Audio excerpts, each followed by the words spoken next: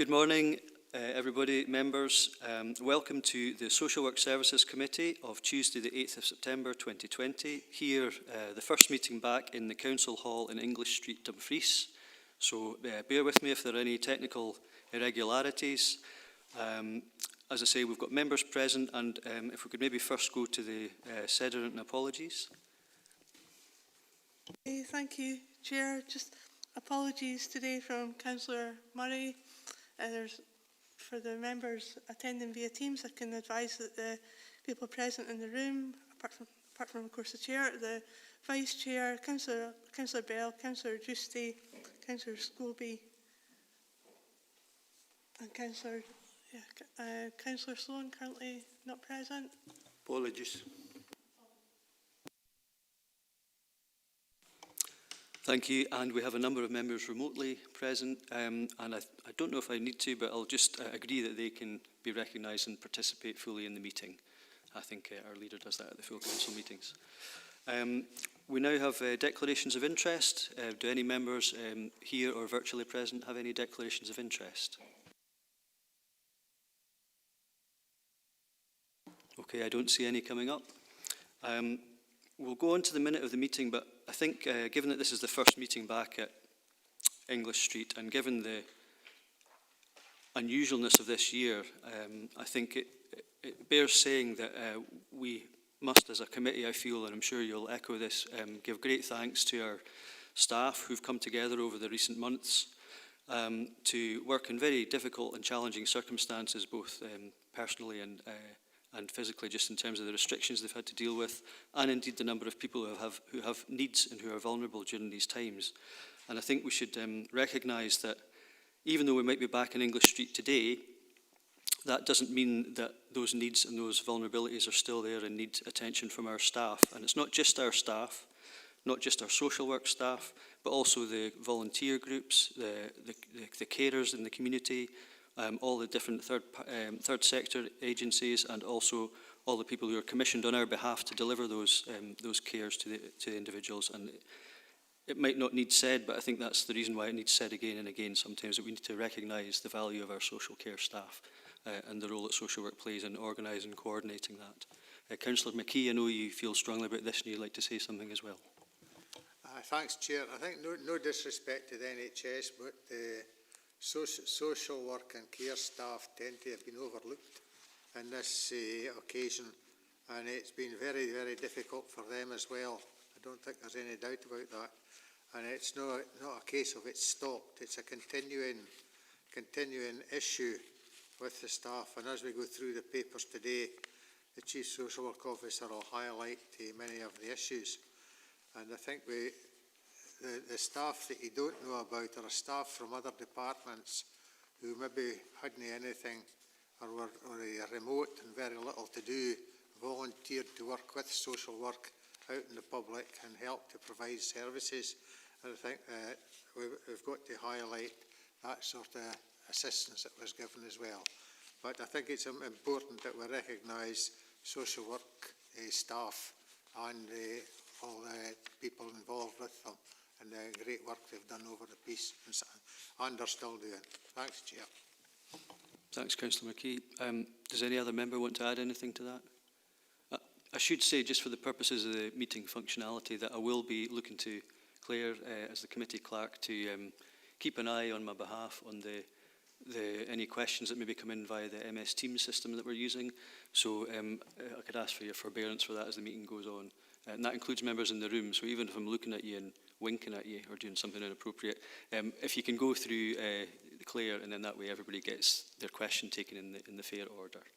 Thank you. So with that, if we go on to item 3, which is the minute of the previous meeting, 4th of February, many, many months ago. This is just for noting, as it's already been to full council for approval, so I presume we're happy to note that.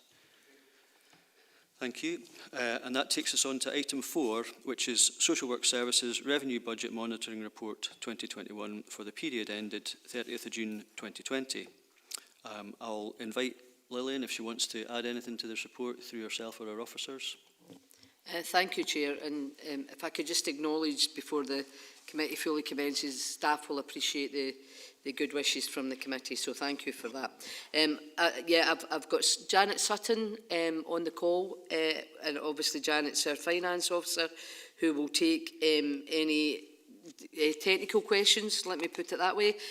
However, I think it's important just for members to know that the additional budget pressure recognised at 2.2 has been addressed, and that support has again been appreciated. So Janet is on the call, Chair, if there's any questions. Thank you. Thank you, and thank you, Janet, for being there. Do we have any questions coming in via Teams, Claire? No. Okay, with that then, I think we can just go to the recommendations unless we get something in at the last minute. And that is to basically to note all the recommendations, which is the anticipated financial pressures associated with the COVID pandemic as set out. Note the budget pressures funding of 377k that's been reflected in the report. Note that based on the position at the end of June 2020, social work service expected to break even against the agreed budget, and for the details of the 2020 to 2021 budget for social work services, including the application of the 377k budget pressure. And 5, also the details of the 2019 to 2020 outturn for social work services as reflected. So unless there's a question that's quickly come in, are we happy to do that? Councillor Scobie. Yeah, and it's really the detail that the budget for 2021 is going to break even. That would concern me, given the remarks both which I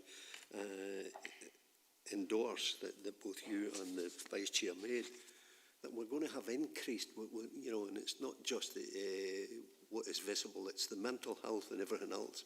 And I asked the question, how we're ever going to break even on a budget that's so much under pressure from the amount of people out there who require the services of social work.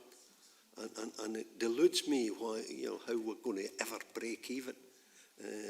And it begs the question whether we're going to be supported from the Scottish Government with increased funding or financial resources to continue social work services.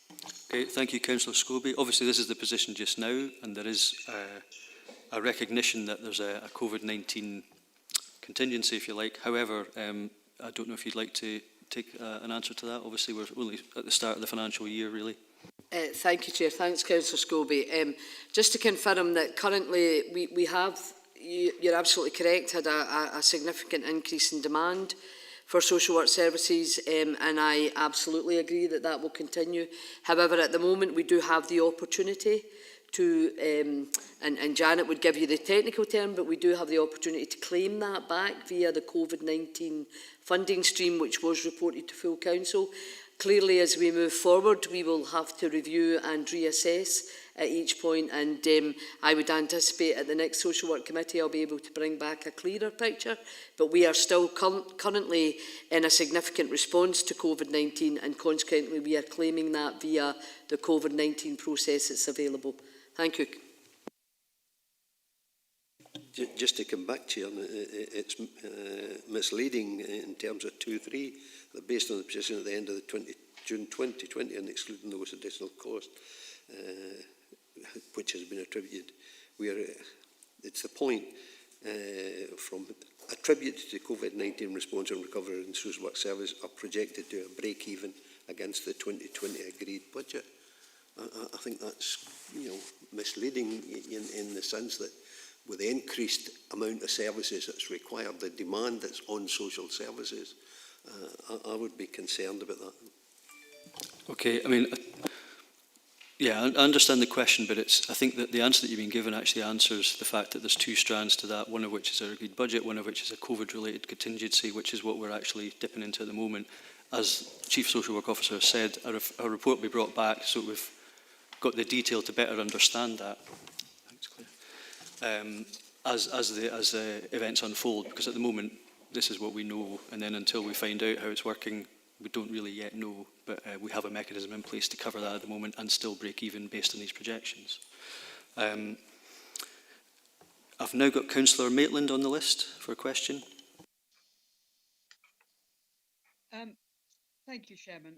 I was really just going to make the point that we're looking at an historical document, really, and I'm sure that the officers will be doing their absolute best to recover what is needed to be recovered, but we are looking at something that's historical. In addition to which, I will just make the general point that that I am not concerned when services come in with a budget that does break even. What I'm concerned with seeing very clearly is what the needs are, and then if more resource is needed against that, then we can have that.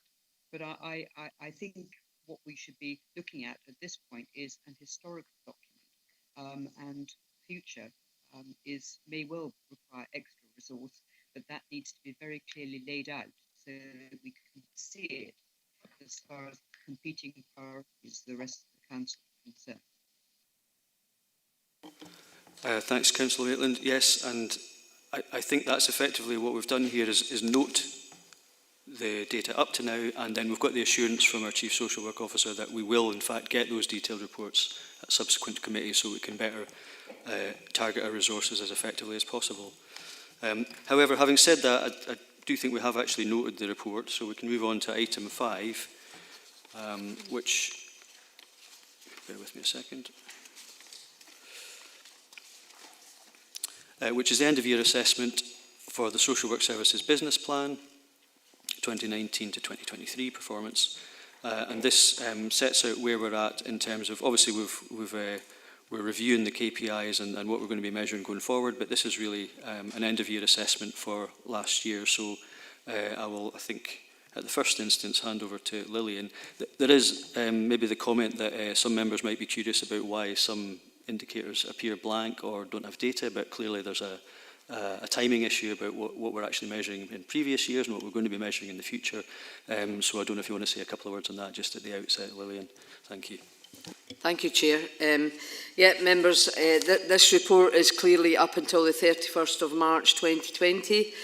We are currently working alongside colleagues throughout the Council as agreed at the ad hoc committee when that was covering items to work through what will be the reporting and what will be the Council's priorities and how social work services report on those. So whilst we are the first committee back, we have followed the guidance in terms of providing members with the information, which again is a historical report up until the 31st of March 2020. So what I would say to members is that we are looking to make sure that the information contained in the new way forward for reporting and making sure that we meet the criteria set by the Council. We will be robust in that process that's currently being undertaken at this moment in time, and I believe we'll come back to full Council for agreement in the coming months. So I appreciate that we have not put some targets and values into this report, but that was a deliberate decision made so that we reported back to members on the areas covered up until that date. Thank you. Thanks, Lillian. I've got Councillor McClelland with the first question. Yes, good morning, Chair, and good morning, Lillian. Lillian, it's referring to page 42 and item 009. Looking at the mitigations in the risk assessment, it includes the Grow Your Own scheme and PDRs. And I'm just wondering, with PDRs at a 62% hit rate, does that potentially mean that 1 in 3 social work staff are potentially missing out on the Grow Your Own scheme opportunities? Or is it a totally different matter that everyone can be included in the Grow Your Own scheme and they fulfil their potential? That was my first question. And my second question is, later on, there's the exception reporting. There's 5 exceptions related to health and safety. And I was just wondering what the expected timelines are to bring these into acceptable status. Thank you. Thank you, Chair. Yep, happy to take both of those. In terms of the link between PDR and Grow Your Own, there is no link, would be the first point. I have to acknowledge to members that PDR has been a challenge for social work services for a range of years. We've introduced a number of different ways to try and increase the opportunity to undertake PDRs, but we are generally faced with a situation where a PDR would be set and then a crisis would occur in staff, or the manager indeed is required to attend to that. So I'm not making any excuses around that. I accept that we need to continue to improve our PDR return rate. However, in terms of the opportunity to apply for the Grow Your Own scheme, that is open to not only social work staff but wider members of the local authority. And indeed, we year on year have a huge impact in terms of folks wishing to undertake that course of study and become qualified social workers. So for members' information, we currently have funding for 2 places per year. We had over 100 applications this year.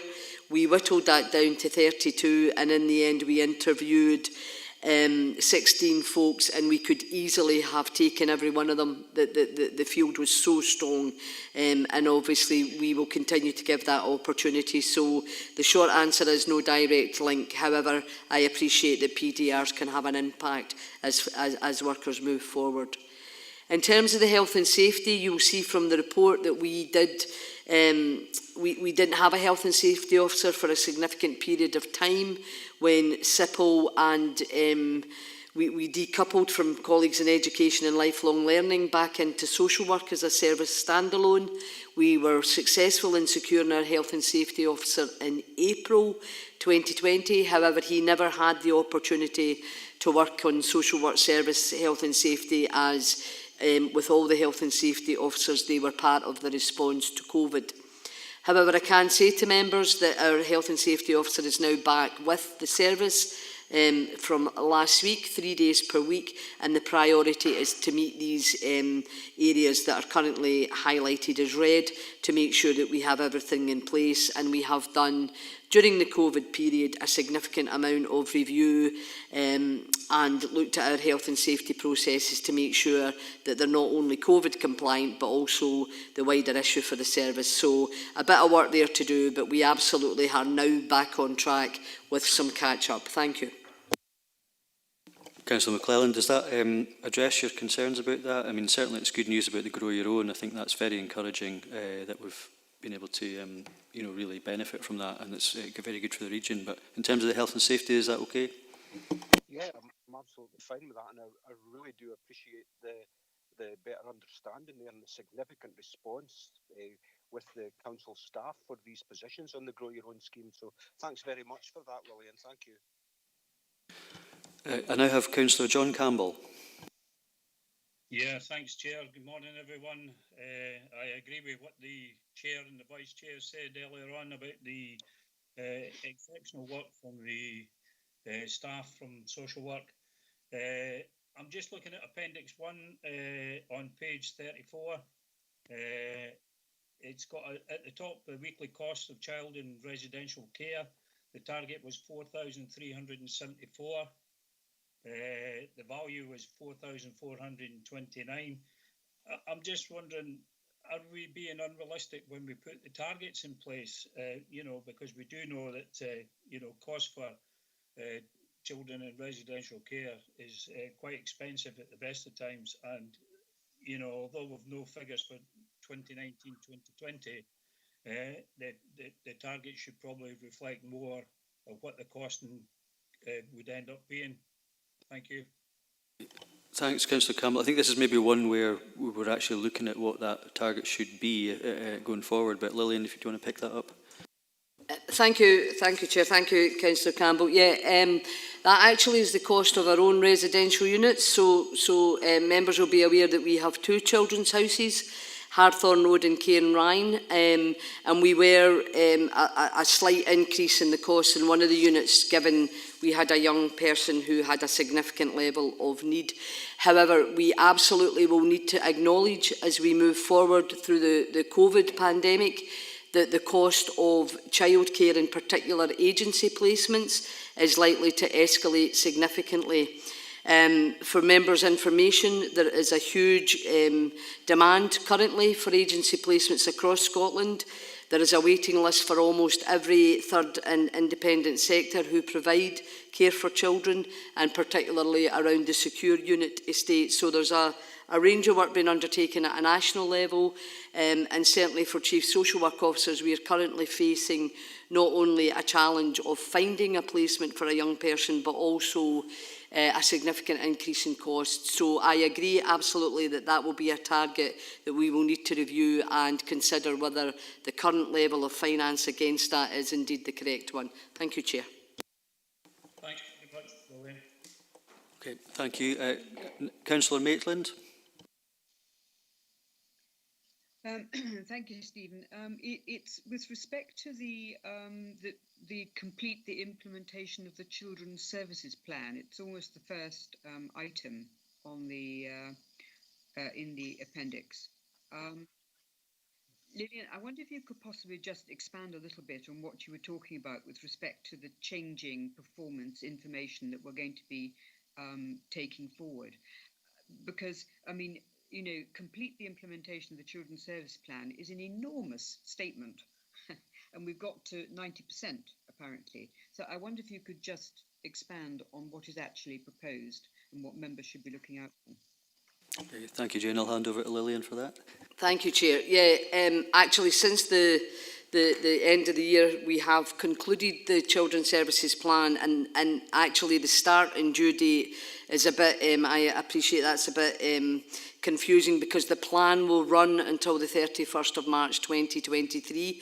So we have now fully submitted our Children's Services Plan, and the Children's Services Plan was brought by the chair of the CSEG to full council, and also to the IJB for sign-off. So that has now been implemented, and it has been submitted and accepted by Scottish Government.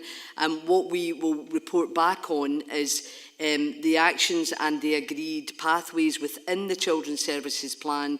Then we will have a set of indicators to give members assurance that the areas recognised over this period of time, which will run from the 31st of March 2020 to the 31st of March 2023, that we are meeting the needs within that Children's Services Plan. And I'm certainly happy to reissue the plan to members if that would be helpful, and that responsibility will sit with the Children's Services Executive Group, which is currently chaired by the Director of Skills Education and Lifelong Learning. So there is a dual reporting of that particular performance indicators, but there will be a new range of those developed, and they will be presented, my understanding, Councillor Maitland, is to full council. Thank you. Does that answer the question, Councillor Maitland? Chairman, thank you. Yes, I think it's just actually a bit of maybe difficulty in interpreting what implementation meant. I mean, yes, we've all received the plan, but if you implement something, it means you carry it out. In my understanding, as opposed to simply writing it up and then presenting it. So it's just a matter of presentation. Thank you. Yeah, thank you. And I think from what Chief Social Work Officer is saying there, it's the next step is to break the sort of deliverable actions within the plan out, so that we can then get that assurance at subsequent committees to ensure that the actual work's been carried out and completed in a timely fashion. If I could just come back, Chair, thank you. Yeah, Councillor Maitland, that really should have read the conclusion and the submission of the Children's Services Plan for the 3-year period. I accept that, so I will note that and ensure the wording is more specific. Thank you. I'm not sure if we've any other questions. I can see the clerk sort of writing something, but unless she hands me a bit of paper, I'll assume that we're fine. So and I can see Councillor Scobie's hand up within the room. Yeah, I'm looking at one of the exception reports, and it's on page 49 in terms of absence, and we're accepting this as an historical document. It's very difficult to deal with. in terms of that we now are we've moved into COVID and all that brought with it. But it's really, 12.54 is a high figure against the target, and I believe that the overall council was something like 6 on average. So it's really not just to say, we have all these absences. It's the reason for the absence, the cause and effect. Is it stress, and more narrative around this? And also, as people do go off sick or absent, it's the effect that has on the remaining staff, whether indeed caseload increases or anyone going off in social work. Are those cases just left to the side and not distributed? Because if they are distributed, it would imply an increase in caseload, and you get another, the virtual circle that causes further stress, more absence and so forth. So it's really a narrative around that in terms of how we are dealing with, a fairly high number of absence days. Thanks, what are we Councillor doing Scobie. about it?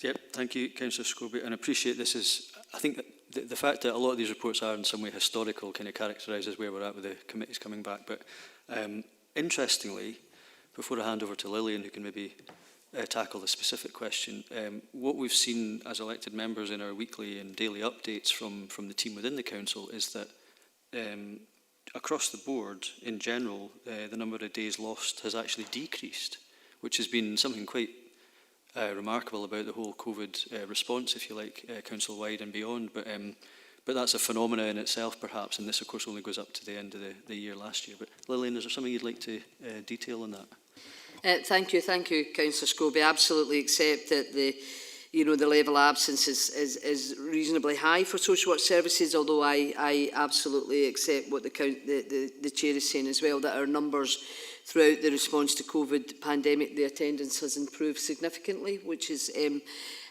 I'll give my reasons for that or some of my thoughts around that shortly. What I would say is that we do have a significant level of staff who are off sick through stress, and that is, as I think I've said to committee before, social work is a stressful profession, and we have to find ways of supporting staff to deal with that. However, the other aspect that we do have a significant amount of the increase in sickness has been in adult services care at home, and a significant amount of our care at home workers, social care workers, are in the older age bracket. We have a huge amount of our frontline care at home staff that are over 60. And it's not an easy job in terms of lifting and handling. So as well as having a significant number of staff that have stress at work, there's also issues around just the lifting and handling. So we've been putting a whole range of supports in and additional training to try and deal with some of those challenges, particularly in adult services. In terms of the redistribution of cases, we do prioritise. So when a staff member does go off sick, and a lot of our absence will be short-termed, but there are absolutely staff that are in long-term sickness, then their caseload would be redistributed. And we have a framework in place where we will reprioritise cases, and that brings a challenge without a shadow of a doubt. But I'm confident that those cases are covered, and particularly the highest risk around public protection. What I would say during COVID, which I think has been one of the silver linings and one of the areas that we need to continue to grow and develop, is our use of flexible working for staff. So we have found that for a number of staff who have underlying health problems, that have challenges at work, that we have found that by redistributing work in a different way and reallocating work in a different way, and also allowing a blended, flexible approach. So we have, through the whole of the COVID pandemic, worked on a rotation basis. So if I give an example, if you're a children's and families social worker, you will be physically in the office 2 days per week. You will be on what we class to be a rapid response standby 2 days per week, and you will work at home 2 days per week. So you work on that rotation, and we have worked for all of our teams on a 3-team system to make sure that we have a blended approach to meet the demand of seeing service users on a one-to-one basis, but also being able to do some of that through the use of technology. That has worked reasonably well for us, and we have found that by doing that, staff that may have struggled to be in the office 5 days a week for a range of underlying problems have found that blended approach and that ability to work. So, for example, you might have to write a child protection report. If you've done your assessment, you can do that through a longer period of time. So we've done a bit of scoping out on how we work differently and more flexible. And as a service, the senior team are looking at how we can continue to meet the huge demand on the service, but by doing things differently. So I'm hoping that the improvement in our attendance will continue. However, there is certainly an increase in stress relation around work-related stress for our staff, just given some of the situations they've had to deal with. And I don't particularly want to go into huge detail around COVID, but we have worked with families and service users that we've never worked with before. And some of the incidents that have happened during this period of time have been, quite frankly, quite horrific for staff to deal with. So happy to take further questions. Thank you. Councillor Scobie, does that help address the question? Absolutely, Chair. But we had to tease it. It would have been good if it was in the report. And I'm delighted to hear that, a blended approach, a different way of working, and as you alluded to, this has maybe had an effect on the absenteeism, but we still have to deal with the stress. And just as Lillian says, I had a text message from a young woman family that she had been involved with social work, but again, coming out of COVID, having lockdown with 3 kids, then she's facing mental health issues just in that. So she'll be an increase on the social work services. And it's just tying all that together, but it's good to hear that the different way of working is having an effect, and that people are able to come to work. But we still have stress as a major issue. It is a stressful profession, but we've still got to deal with it. It would be good to have that kind of narrative that we just heard from Lillian in the report, so that we know we are dealing with the issue.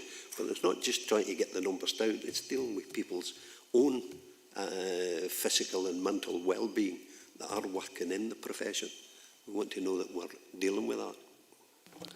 Thank you. And I think there is something in that, Councillor Scobie, in that the figure is quite a blunt measurement of time off. So, as Lillian did describe, there's maybe quite a lot of short-term absences, which are not expected, but then there's maybe other more sort of chronic conditions that could be. There's maybe a way of refining that measurement to say, well, there are a number of people on long-term absences, and that is maybe skewing the figure a bit, because a lot of people might be on shorter-term absences. However, there's always that risk that it might identify people inappropriately or something, but that being, that not being an issue, it might help also set out the actions that have been taken in both of the different types of cases, whether it's manual handling training or if it's just a kind of reallocation of work or whatever it might be. I don't know if there's any further questions, Claire, come through. Okay, well, with that then, if we go to the recommendations for item 5, we've been asked to review the end-of-year summary for performance. I think we've done that. And in 2.2, to scrutinise the exception reporting and consider whether the actions proposed are adequate. So we've scrutinised that, and we've got the additional detail from the Chief Social Work Officer. On that basis, I think we should agree the recommendations and go on. Thank you. So that takes us on to item 6, which is the appropriate adult scheme. We'd asked for this to come to committee, and obviously we're very much in this now, but I think it might be useful to pass over to Lillian, who can maybe help us get a sense of where we're at with this as we speak. Thank you, Chair. Yeah, members obviously brought a previous report about the change in the statutory responsibilities for the local authorities around appropriate adult scheme. So I have Heather and Caroline Rowlandson. Caroline is the overall manager responsible for the delivery of the appropriate adult scheme, and I would ask Caroline at this point if there's anything she'd wish to add to the report. Thank you, Chair. Thank you, Lillian. Yeah, hi, I'm Caroline Ronaldson. I'm the Appropriate Adult Coordinator for Dumfries and Galloway Council. As you'll see from the report, the local authorities are responsible for ensuring the availability of appropriate adults across Scotland. In Dumfries and Galloway, the provision of this service is carried out by social work services. There are currently 60 frontline staff who have been trained to undertake this role. They are based in each of the 4 localities across Dumfries and Galloway. During the day, the staff operate a rota system to ensure we always have availability when the requests are received from the police. Staff on the rota each day need to keep themselves available to undertake these duties and balance this alongside the other demands of the job. During out of hours, the appropriate adult requests are received, but we have agreed with the police to keep these to a minimum, with as many requests coming through the daytime service as possible. This allows the out of hours team to pick up and deal with urgent requests coming through, which cannot wait until the next working day. The Appropriate Adult Scheme provides communication support to vulnerable victims, witnesses, suspects and accused aged 16 and over during police investigations and inquiries. An appropriate adult facilitating for a victim or a witness in a case should not also be asked to facilitate for the suspect or the accused in the same case. And we have to ensure that allocated workers don't attend as appropriate adults. It's a very different role. The role is to help ensure that interviewees understand and continue to understand why they are being interviewed, to help ensure that the interviewee understands the questions that are being put to them, and to ensure that any cautions given are understood and their rights to a solicitor. There's a national training plan that's shared with each local authority across Scotland, and we adapt that to our local delivery needs. The training is currently delivered by myself, by the police appropriate adult representative and a speech and language therapist, and it takes a full day to deliver. It's recommended that refresher training is undertaken by staff at least every 2 to 3 years to ensure that they're up to date with any service changes. And finally, just the statistics are gathered by each local authority and shared with the Scottish Appropriate Adult Network, who annually produce a report which is shared nationally and with Scottish Government. Thank you. Thank you. And just for clarity, it does allude to there is an element of funding that we receive to sort of support this programme, and as yet we don't maybe have the detail on what it may end up costing in terms of resources that we need to deliver it, but is there an indication of that maybe that could be clarified, because I don't think it's specified in the report as such? Yes, Chair, I can take that one. At the minute, what we're looking for, the key thing in terms of the funding that we'll be given will be to cover some of the training that we're required to do. So we're looking at how that needs to be broken down and what the cost of that would be. What it doesn't include are the staffing costs that have always been associated with the scheme, which we pick up as a service because staff do that just as part of their day job, really. So it's a small amount of funding we're getting in relative terms. And we're looking at how we can best use that, to use it to best effect, really, in terms of the resource that we'll get, to make sure that we're able to deliver that ongoing training as required, and which now clearly sits with the Chief Social Work Officer to deliver on. And so we're currently looking at how we can put that together. Thank you, Heather. Do we have any questions coming in, Claire, on this one? Okay, I mean, I appreciate this is very much an update for the benefit of committee, so that's very much welcome. All we're really been asked to do here today is to actually note the change from... I beg your pardon. Sorry, a question just in fresh from the wire there. Councillor McClelland. Yeah, thank you, Chair. I don't know what was happening. I was trying to get the question in, but I think you partially asked the first part of the question relating to the funding, and Heather came back there. I'm just wondering, though, do we have any early implications of what extent the budget pressures are going to be now that we're a few months into this financial year and obviously experiencing the pressures of COVID? It's just the first point is, do we have any indication of the early implications of the budget pressures? And the second point was on page 64 of the Scottish report, the national report. We failed to provide an appropriate adult on a single occasion.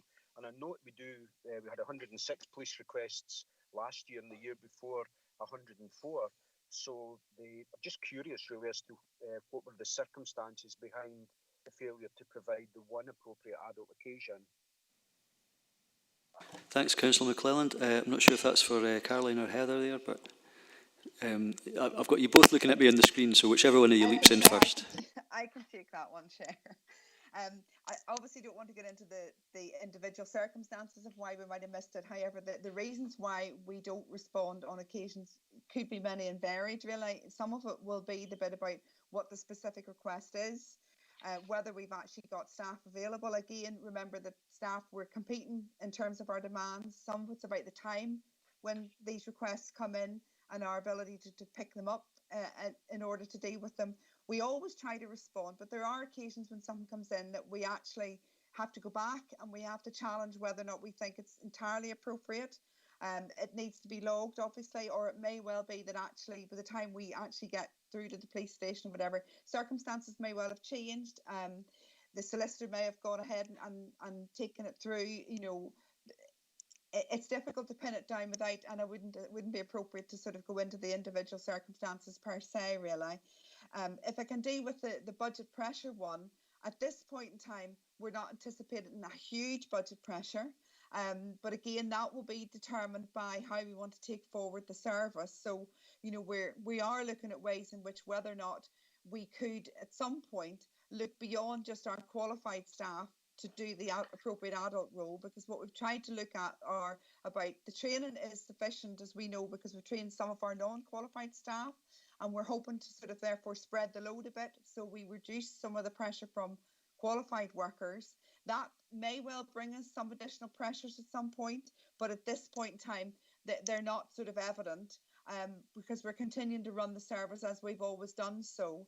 And therefore, we're looking specifically at using the funding available to make sure that we've got the training in place and the programme of training is sufficient to meet our needs going forward. But that is not to say we wouldn't want to review it, because we want to evaluate it certainly, in order to see how it's worked, whether or not there are things we need to change, whether that's part of the model in terms of how we're delivering it that we want to change, and therefore within that, whether that might then bring funding pressures up its own anyway. Thanks, Heather. Councillor McClelland, does that go some way towards answering your questions there? Yeah, thank you, Chair, and thanks, Heather. Thanks very much. I mean, obviously the last recommendation that we're going to be looking at is actually to agree to receive a further report on the resource implications after the 12-month period. So that'll duly come back to the committee anyway, so we can get to see it in more detail about how it's been rolled out and how effective it's been, etc. So on that basis, unless there are any further questions, are we happy to agree to receive a report on that at the appropriate time? Yep. Thank you.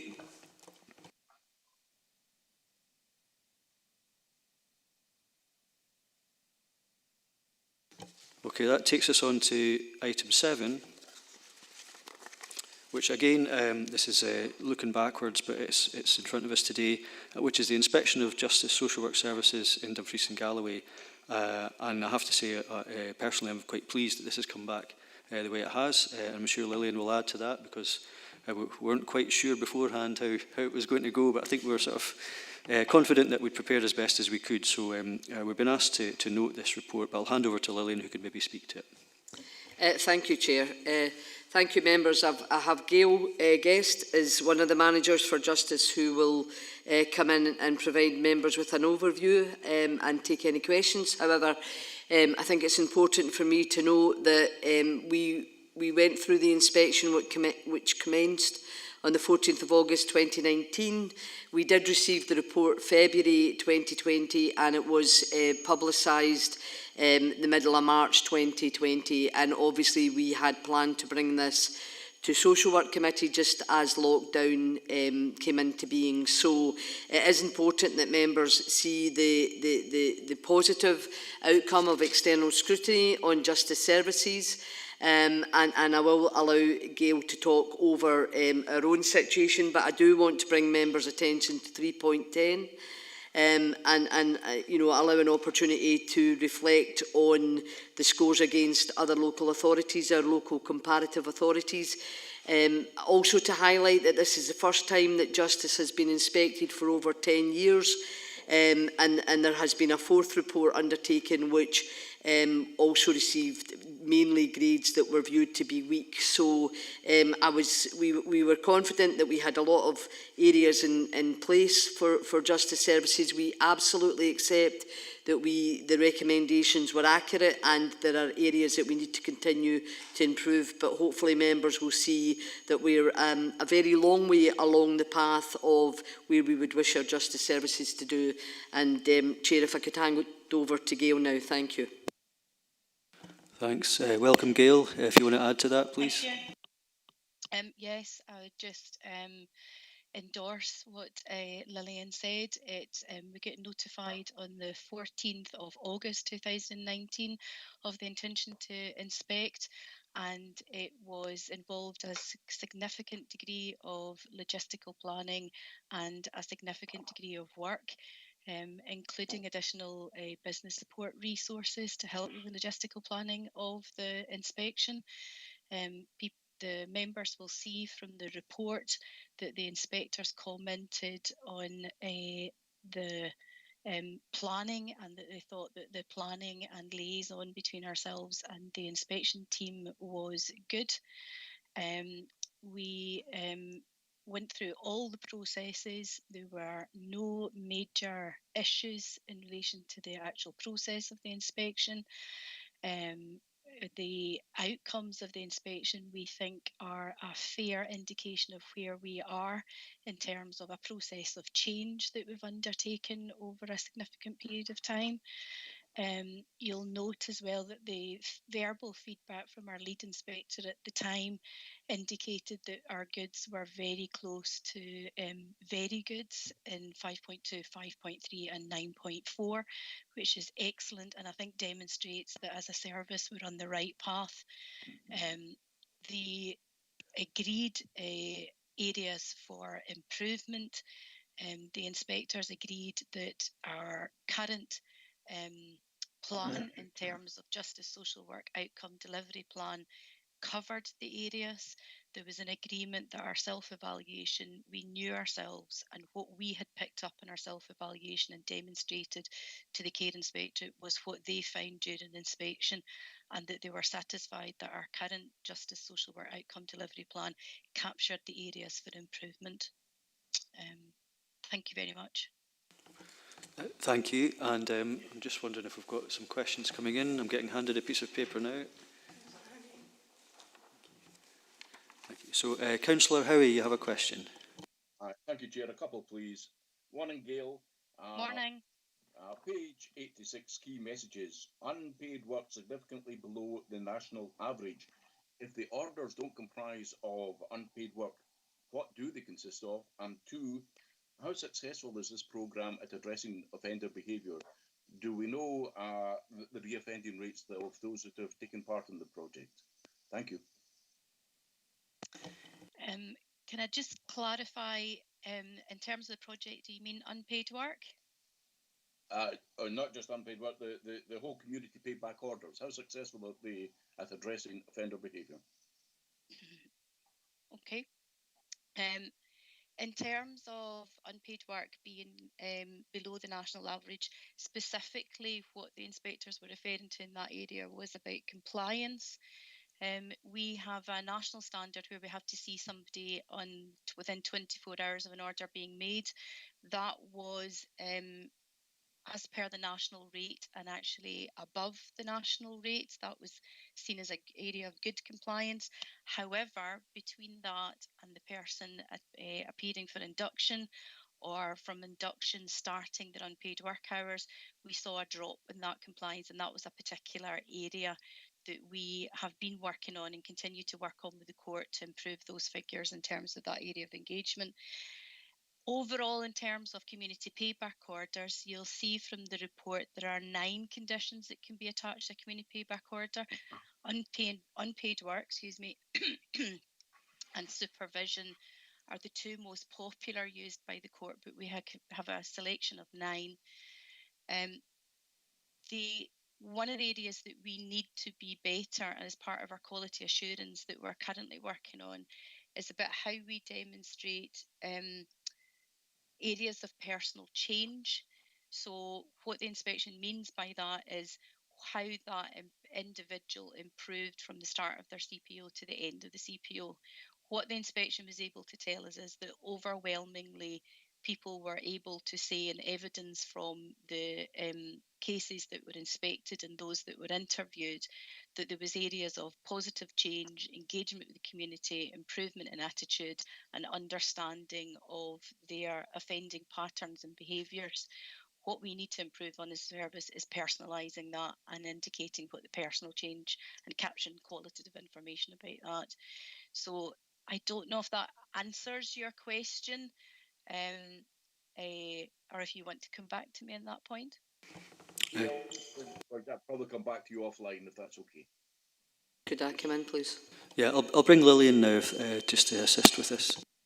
Thanks, Councillor Howie. I was just going to give you an example of when there may be a challenge in terms of compliance. So, for example, unpaid work orders under 10 hours, they can be imposed by a justice, a court of justice, not a sheriff court, and sometimes we don't even know that a service user has been up in court, and then the order comes in well after the 7 days that we should start to do the induction and engagement. So we recognised that there was a process there that had to be tightened up to make sure we were capturing, forgive the pun, capturing all the service users that were going through court and who had actually been given a CPO as a consequence of their involvement in criminal behaviour. So just really to try and clarify that. Thank you.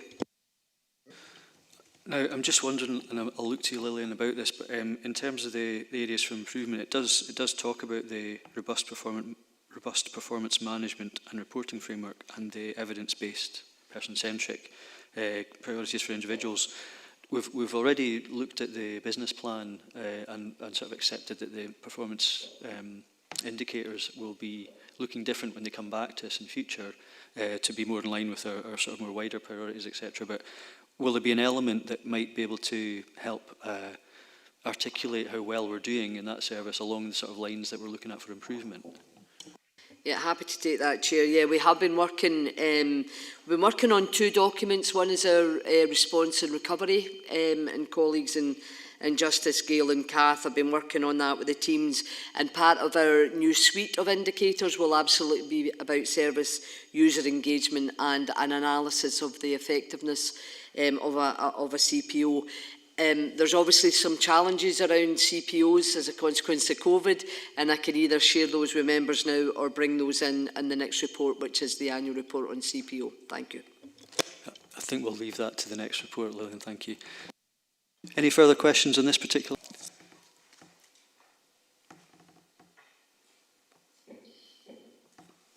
Okay, well, if that's the case, then I think we should note, as the recommendations ask us to do, which is the inspection, the process, the key inspectorate findings and the areas for improvement. But also I think we have to commend our team and staff for actually delivering what was actually a very good result in the context of the other local authorities. And it was, as you say, the first inspection in 10 years. So well done to the staff involved, and obviously we'll look forward to the improvements as they unfold. So on to item 8 then. So this is the community payback order. Obviously, again, it's a little bit behind the times, as it were, 2018 to 19, but I think that's just the way it works in terms of how we get this reported to us.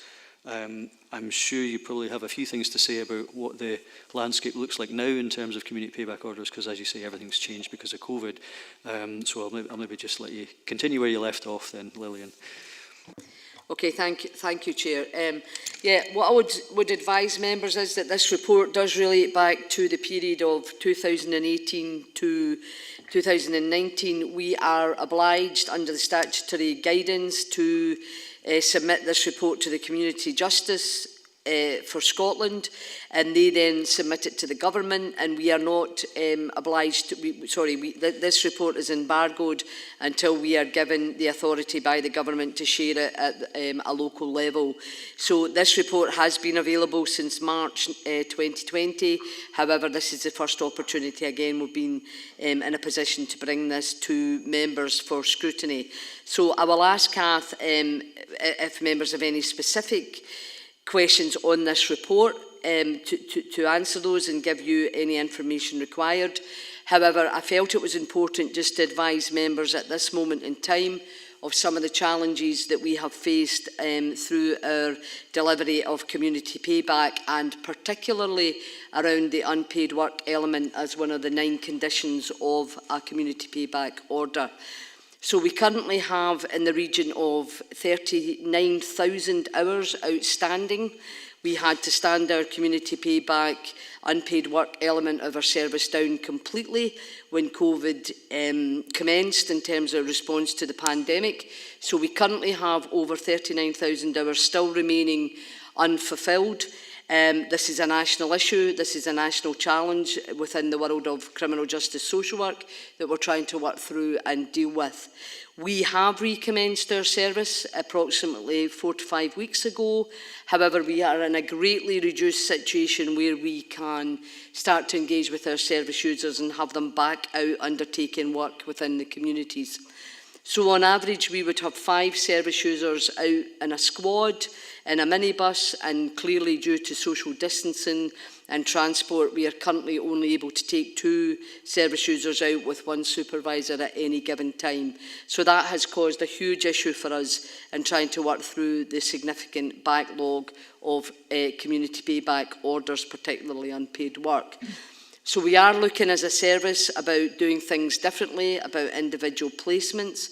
However, on top of the unpaid work hours outstanding up until now, the courts have recommenced in the last month, and we have on average a 52% increase in the award of community payback orders which have an element of unpaid work coming in the door. So we are absolutely facing a perfect storm. The courts are reopened. They're issuing more community payback orders than they have before. And that's for a whole range of reasons, but we're also trying to deal with a backlog which is significant. So this has been raised at a national level, but I think it's important that I raise with members that as we try to continue to meet this demand of the increased new orders along with the increase of outstanding orders and particularly hours of unpaid work, that will become a significant issue for the Criminal Justice Social Work Service. As I've said, we have raised it at a national level through the Social Work Scotland Standing Committee, which both Gail and Kath are members of, and I'm actually the Chief Social Work Officer that represents Social Work Scotland for Justice Matters, and we have been in conversation through the National Justice Board to try and have some of these areas dealt with. So it's an ongoing issue. I'm happy to take any questions on both of those elements, but if it is around the report before you, first and foremost, I would ask Kath at that point to come in. Thank you, Chair. Thank you. Kath, do you want to come in to add anything to that just now? No, good morning. I think it was just to clarify that this obviously is a report concerning activity 2018 to 19. So clearly there's been a lot of change since then. But as the recommendation states, I hope the report goes to show the wide range of projects that are available to service users undertaking unpaid work, that they benefit from engagement in the scheme, but also the beneficiaries of the schemes, the people who refer the projects to us, that they also benefit from their involvement. Thank you. Thank you. I've got a couple of questions in just now. So firstly from Councillor Dempster. Thanks, Chair. First, can I just endorse Lillian's view on agenda item 7 and using agenda item 8? I think these are tremendous outcomes from what is a very challenging situation for Lillian and our staff, and I'd commend everybody for the work they do. A couple of questions, up-to-date questions, mind you. Firstly, are we receiving funding from the Scottish Government to support the work that we're doing in community payback, because there was always a challenge about funding for that? And the second is maybe a bit more specific, and it's about, and I know we're dealing with community payback here, but there's an outcome for communities, and we've created a kind of dependency culture in some ways, especially around the winter warmth project. Now, if our community payback teams aren't able to deliver the wood that helps support the most in need to heat their homes during the winter. Are we actually working with them to find alternative solutions at this stage? That'll be a social work issue maybe rather than a criminal justice, a community payback situation. But there are times when we create a culture of dependency and we need to manage these expectations if we're not able to fulfil them. And that's only one example. I think maybe too, it might be helpful if members get to know when the schemes are back up and running. I got a letter maybe 6 weeks ago saying there was a local project that couldn't be addressed, and I've never had an update on that. I didn't expect one, but maybe as elected members we'd all get updates on what's being done, when, how, where and when, if that's possible. I wouldn't want to place a burden on any member of staff because we're busy enough without keeping members up to date when it's not necessary, but an update might be helpful from time to time. Thanks for that, Chair. Thanks, Councillor Dempster. A couple of things in there. I think there's one to do with the difference between COVID and Section 27, which you know much more about than I do, so I'll hand that over to you. And also, obviously, there's the information to members as well, which some of that might be sensitive and we might be limited as to what we can actually send out in real time, given that there's a restriction on when we can publish this report in itself. But I think you'll be able to fill in the details, Lillian. Thank you. Thank you, Chair. Thank you, Councillor Dempster, and thank you for your words of support. That's appreciated by the service. So in terms of the funding, you're absolutely correct. It's Section 27 funding, which is made available for criminal justice social work. At this moment in time, there has not been any significant additional funding, although that is part of the ongoing conversation at a national level, because clearly from our situation that I've described in my introduction, for us to meet the huge demand of the delivery of unpaid work in particular, we are going to, as we move forward, need some additional resource to try and clear that backlog. But at this moment in time, because we have such restrictions around the delivery of unpaid work, we are not in a position to have any more supervisors, for example, out working, because we don't have the social distancing vehicles or the infrastructure, although the team are working on that. So in terms of bidding for additional resource through Section 27, it is not as straightforward as other elements of social work services, because it is a ring-fenced funding that comes through the Justice Division, which is quite unique. So we can't put that through as a COVID cost.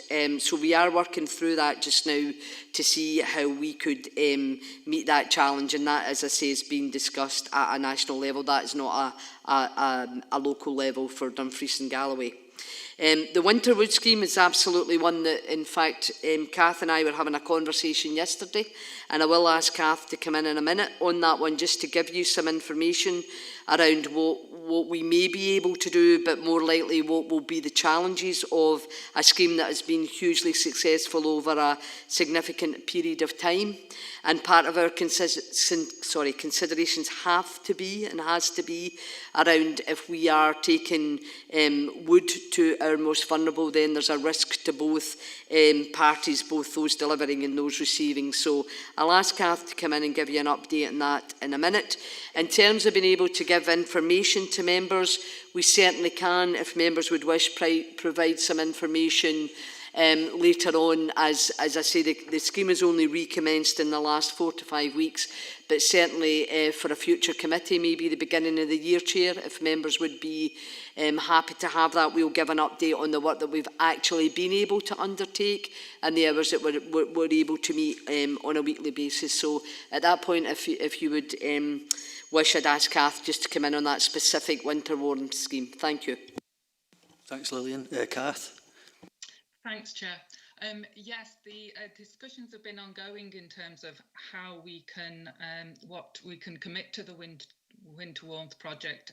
This scheme normally starts October time, where we start the deliveries. Clearly, the specific problem is the amount of time that we would need service users to be travelling in the vans. And whilst we've had the vans adapted with perspex screens, the guidance in terms of adhering to the COVID response means that it would not be safe, it wouldn't be appropriate for the service users to be in the vehicles for the length of time required. We are currently in discussion with the coordinator of the Winter Warmth scheme to negotiate what compromises we can make. We're happy to continue to to process the wood. We're happy to make deliveries perhaps in hubs across the region. So these are all negotiations that continue. Thank you. Thank you. And I've just had notification from Councillor Dempster that if the report can come back, then that would be ideal if we can get an update just in terms of progress, so that would be fine. Providing other members are happy with that. Councillor Bell. Thanks, Chair. Just Lillian mentioned about the 39,000 hours were sort of a backlog and heading up for a 52% sort of rise within the court cases and community payback order.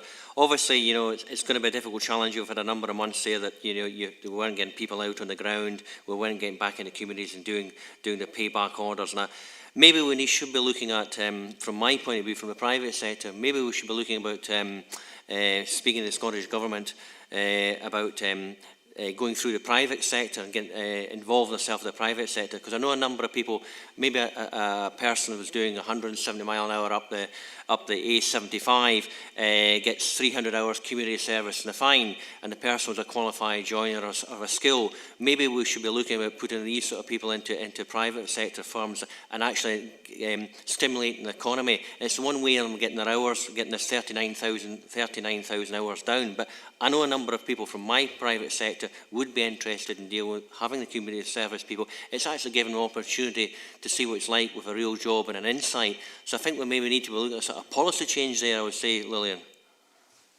So thanks for that. I mean, certainly I think there's no doubt that we're going to have to be creative about how we deal with the backlog hours, the number of the increase, etc. And maybe that is something in some form, I don't know, I mean, but how would that look like if we were to take that sort of thing forward? Yeah, thanks, Councillor Bell, and absolutely agree that we need to be much more creative about our use of individual personal placements.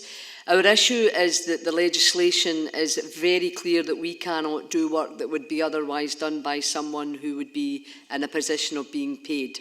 So it's that balance that we have to strike. However, what we have been doing as a team and what we were discussing yesterday is we are going to look at those individuals that have been given hours of unpaid work, what skills they hold. We do that anyway, we do risk assessment, but we need to be much more creative of trying to spread that out in terms of personal placements, and we are looking at different ways of doing it. However, we do need to be very clear we cannot undertake work that would lose someone a place of employment, and that's a legislative framework in which we work in. Thank you. Does that help answer your question there, Councillor Bell? Yes, at a certain point, yes.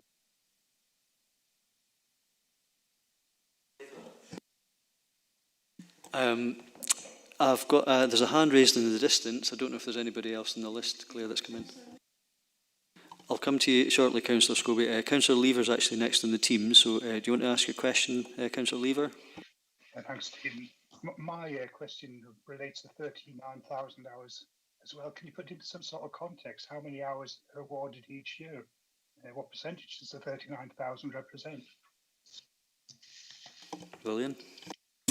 I don't have the exact figures, Councillor Lever. We could get those to you, but it's certainly well in the region of about 47 to 48% of our hours for that 6-month period that we've not had the opportunity to undertake. So our allocation, our requirement to meet unpaid work varies over the years. So what we could do, and I would share it with all committee members if members wish, is give you an average over the last 3 years, and that might give you an indication of the outstanding hours. I think the important point to note is that we've seen a significant increase in the actual use of unpaid work and community payback orders from the court, and if that were to increase, then consequently that would bring a huge demand for the service. And again, for members' information, We generally get paid an allocated funding through 27 in retrospect. So the retrospect award of the criminal justice budget is done on the average of the hours over a 3-year period. So happy to get that to you, Councillor Lever. I couldn't give you the exact percentage at this moment. Thank you. Thanks, Councillor Lever. Obviously, an arithmetical question there, but I think we would probably welcome that 3-year period average, because it's useful to get a sense of where we're at and where we're going to. Councillor Scobie. Yeah, Chair, I think Lillian described it as a perfect storm. 39,000 hours, justice courts, maybe increasing that, and the reduction in supervisors to people on payback orders. And the question is, you know, will anybody be further punished if they don't complete their hours within a specific time, as could be laid down by the court, if in fact we cannot provide that service, so that they don't be further punished because of something that they cannot, it's not within their gift to do without not being supervised? Good question. Lillian? At this moment in time, Councillor Scobie, there has been emergency legislation which allows the orders to be extended. However, at this present moment, we have no concept of how long that extension will remain in place. So it's something that we're looking at collectively, both locally and at a national level. There has been some conversation around whether some hours may be stood down, but rightly Victim Support and Women's Aid have challenged that, so it's a very complicated area. But what we are clear about is that if we could get an extension for a period of time and some additional resource, then actually we could generate some income within the region. But obviously from our own point of view, we don't have that resource to take other supervisors on to fulfil that. So not a straightforward answer, but we'll keep you up to date on that. Thank you. Thank you. Councillor Inglis. Thank you, Chair. And thank you, Lillian, for this report. It's really interesting, Catherine, as well, for bringing this to us. Just a question, 2 questions actually, on a point that Lillian made regarding the framework that you work within, and you are careful not to do work that others would be paid to do. I noticed within the report there's a science lab being redecorated at the Academy in Dumfries, which would normally be carried out by an outside contractor. I'm wondering whether there is a difficulty in finding projects for community payback. Maybe you could give me an answer on that one. Yep. Lillian. Yeah, thanks, Chair. Thank you, Councillor Ingalls. We certainly have no difficulty whatsoever. We have more work than we would ever be able to fulfil. So we prioritise, and that work that you described may have been undertaken because, as Councillor Bell articulated, we had a service user who had been given unpaid work who was a qualified decorator. So we do undertake those pieces of work when we have a skill match, but we certainly have no issue in terms of demand for the service. Thank you. Councillor Inglis, did you have a second question? No, I think that'll cover it. Thanks. Thank you. I thought you said you had 2 questions. Councillor Dougie Campbell. Thanks, Chair. I'm guessing, Lillian, that the significant increase in unpaid work orders is linked to the presumption against prison sentences. I think it's for up to 12 months. Is there any indication that prisons are actually saving money? The prison service are saving money? And this is maybe a bit cheeky, but is there any sort of case being developed to see if the savings that are being made within the prison service through having less prisoners to supplement the increased costs of unpaid work? Happy to come back if Chair. Yeah, I was just going to say, yeah, I mean, it's good to have a whole system view of things and to see how that might work, but I think it might not be quite the way we think it. Lillian, do you want to come in on that? Thank you, Chair. Councillor Campbell, it's an absolute fair comment. However, the prison numbers at this moment in time are rising significantly and have been on a consistent rising scale this year. So that's most prisons now are over their numbers, over their allocated numbers. In terms of the presumption against sentences of under 12 months, we at this moment in time have had no transfer of resource from the Scottish Prison Service to facilitate that. That has been challenged, and I'm sure Kath and Gail would confirm that through a range of justice pathways that we attend, both at a national and a local level, and that responsibility currently sits with Community Justice Scotland in terms of them taking the information, analysing it and reporting it back to the Scottish Government. So at this moment in time there is no indication that any resource will be taken from the custodial element of the Section 27 budget and transferred to the community element. Thank you. Thanks, Molly. Okay, thank you. Are there any further questions, Claire, on your list? Okay. Well, with that, thank you, members and team. We're asked to note the completion of the requirement to submit the report, which clearly we've done, and also the Community Payback Order annual report demonstrating the breadth of activities and the positive feedback. So might go back a wee while, a year, 18 months or something, but I think it's clear that that piece of work in itself was very positive and needs to be recorded as such. And obviously, there's been a lot of discussion and events have happened since then because of COVID, and how that unfolds remains to be seen. So on that basis, can we agree those for now? Okay, thank you. That takes us on to item 9. Well, 9 and 10 are actually both for noting. These are minutes of the Public Protection Committee, and sadly, of course, members may be aware that the Chair, Freedom Exchange, sadly, tragically passed away. Lillian, I don't know if you want to maybe add a comment about that. Thank you. Thank you, Chair. Yeah, I would just like to acknowledge members about the significant work that Frida, as our independent chair, brought to the forming of the public protection process in Dumfries and Galloway, and the work that she undertook to take this agenda forward in a real positive manner for the 3.5 years that she was with us.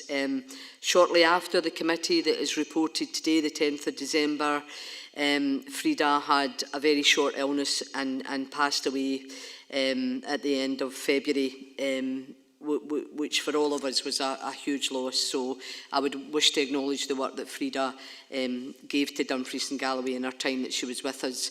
We have had Kate Thompson, who colleagues will know, members will know, who was the divisional commander for Dumfries and Galloway, and Kate stepped in at that point during Frida's short illness and has taken on the independent chair role and has agreed to continue that as we move through COVID. However, as we come out the other side, then we will be looking at commencement of a recruitment process for an independent chair. But thank you for that, Chair.